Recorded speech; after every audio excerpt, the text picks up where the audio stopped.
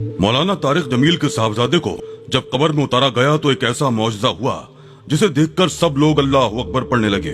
नाज़रीन किराम, आज हम आपको ऐसा सच्चा वाक़या सुना रहे हैं जिसके बारे में आप पहले से ही जानते हैं, लेकिन आप इस वाक़े की आधी सच्चाई जानते हैं और हम आपको इस वाक़े की तफसील से आगाह करेंगे। नाज़रीन गिरामी, आज कल तलंबा में होने वाले हादसे से सारी फजा सोगवार है।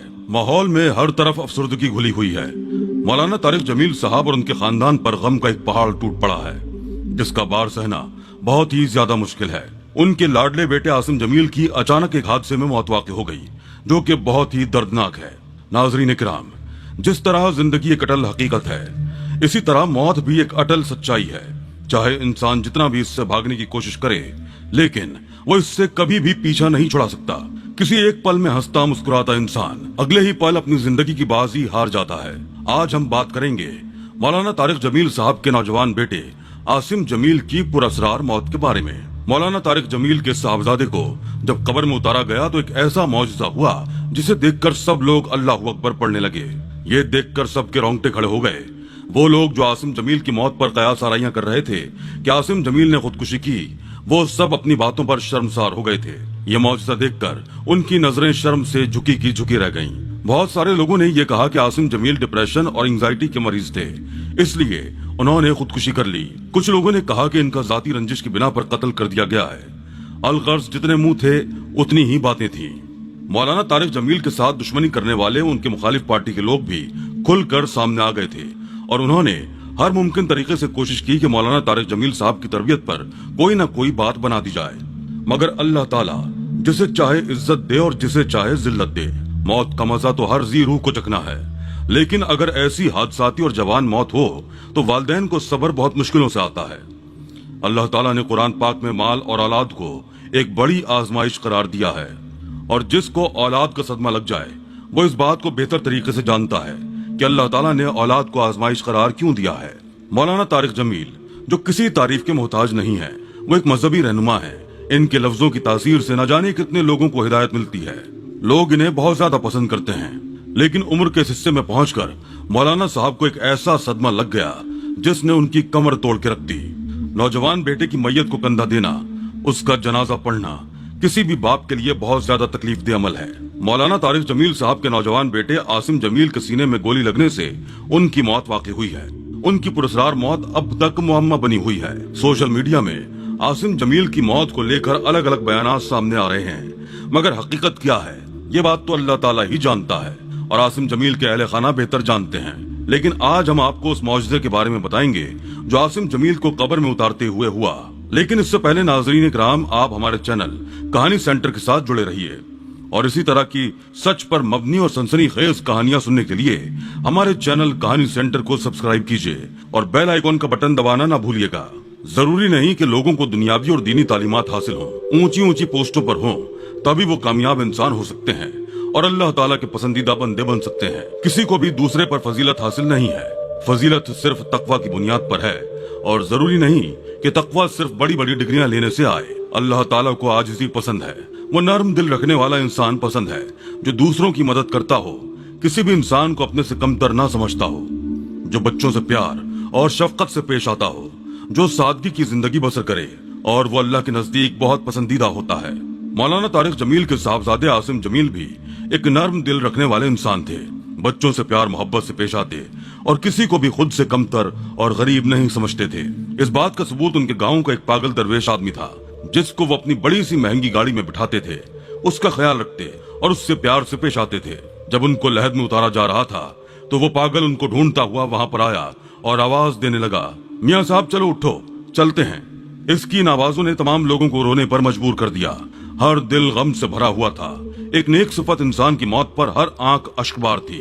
आसिम जमील के जनाजे में लाखों लोगों ने शिरकत की।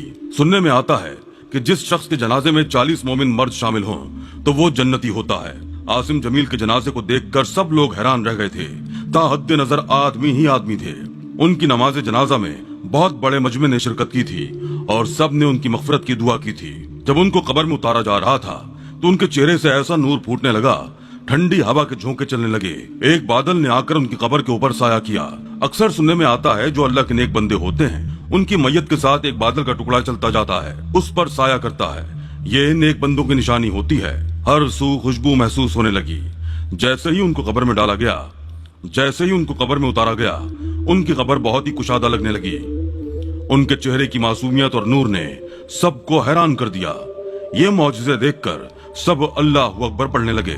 عاصم جمیل کے بھائی نے ویڈیو بیان میں بتایا تھا کہ ان کے بھائی ذہنی بیماری میں مبتلا تھے اور ان کا علاج جاری تھا، جبکہ آخری 6 مہینے میں ان کی بیماری کی شدت بڑھ گئی تھی۔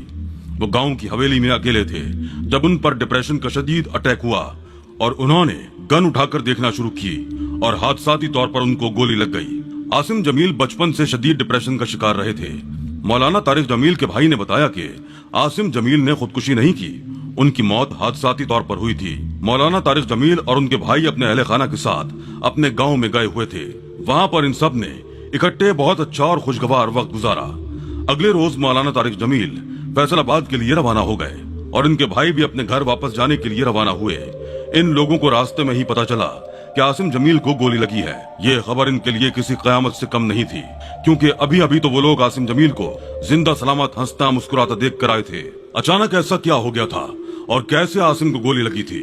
اور جب مولانا طارق جمیل کو عاصم جمیل کی گولی لگنے کی خبر ملی تو ان کو یہی بتایا گیا تھا کہ موقع پر ہی عاصم جمیل انتقال کر گئے ہیں۔ ایک باپ کے لیے اپنے نوجوان بیٹے کی موت کی خبر قیامت بن کر ٹوٹتی ہے۔ مولانا طارق جمیل اپنے بیٹے کی جدائی میں بالکل ٹوٹ کے رہ گئے۔ ان کی آنکھیں، ان کا چہرہ، ان کا لہجہ، ان کی چال ہی بتا رہی تھی کہ بیٹے کی جدائی نے ان کو ختم کر کے رکھ دیا ہے۔ وہ بالکل پشمردہ اور نڈھال لگ رہے تھے۔ اللہ تعالیٰ اپنے پیارے بندوں کو مال اور اولاد کے ذریعے آزماتا ہے اور آزمائش کی گھڑی میں ہی پتہ چلتا ہے کہ کون کتنا پانی میں ہے۔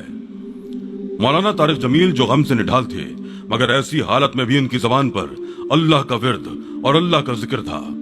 انہوں نے اللہ تعالیٰ سے کسی قسم کا شکوہ شکایت نہیں کی، کیونکہ وہ جانتے ہیں کہ موت برحق ہے، آج نہیں تو کل ہر کسی کو جانا ہے۔ لیکن بعد ازاں بیٹے کی نماز جنازہ اور تدفین کے وقت مولانا طارق جمیل نے ان کی بیماری اور موت پر مختصر تقریر کی اور کہا کہ وہ ان کے سب سے سہالے بیٹے تھے۔ مولانا طارق جمیل نے تصدیق کی کہ ان کے بیٹے ڈسلیکسیا کے مریض تھے اور وہ لکھ پڑھ نہیں پائے تھے کیونکہ انہیں حروف کی پہچان نہیں تھی۔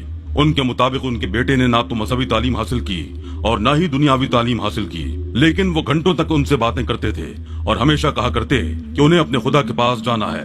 مولانا طارق جمیل صاحب کے بڑے بھائی ڈاکٹر طاہر نے اپنے بھتیجے عاصم جمیل کی موت کا تمام واقعہ تفصیل کے ساتھ سنایا۔ انہوں نے بتایا کہ عاصم جمیل اور ان کا بیٹا عارفین جم میں ورزش کر رہے تھے جب اچانک عاصم جمیل پستول اٹھا لائے اور اسے چیک کرنے لگے۔ ڈاکٹر طاہر کے بیٹے عارفین نے انہیں پستول استعمال کرنے سے منع کیا، جس پر عاصم جمیل نے اسے تسلی دی کہ پستول خالی ہے، اس میں گولیاں نہیں ہیں۔ پستول کو دیکھتے دیکھتے انہوں نے اپنی طرف کر لیا اور اچانک گولی چل گئی۔ پستول میں ایک بلٹ ابھی باقی تھی جو سیدھی عاصم جمیل کے سینے پر لگی اور انہوں نے موقع پر ہی دم توڑ دیا۔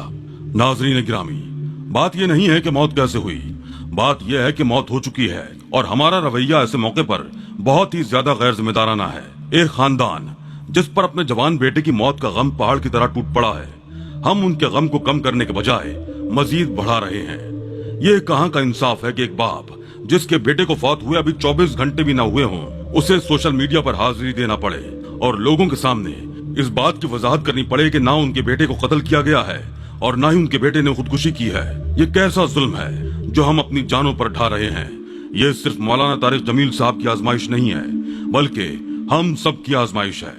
ایک بار خود کو مولانا طارق جمیل صاحب اور ان کے اہل خانہ کی جگہ پر رکھ کر دیکھیے، دوسروں کے ایسے تبصرے پر بندے کا دل کیسے دکھتا ہے، وہ بھی ایسے وقت پر جب غم کا پہاڑ آپ کے سر پر ہو۔ آپ